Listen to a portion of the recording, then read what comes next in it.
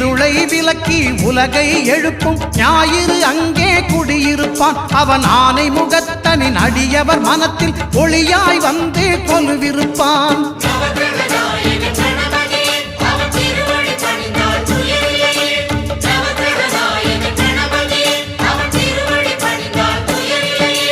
ஒன்பது கோளும் ஒன்றாய் காண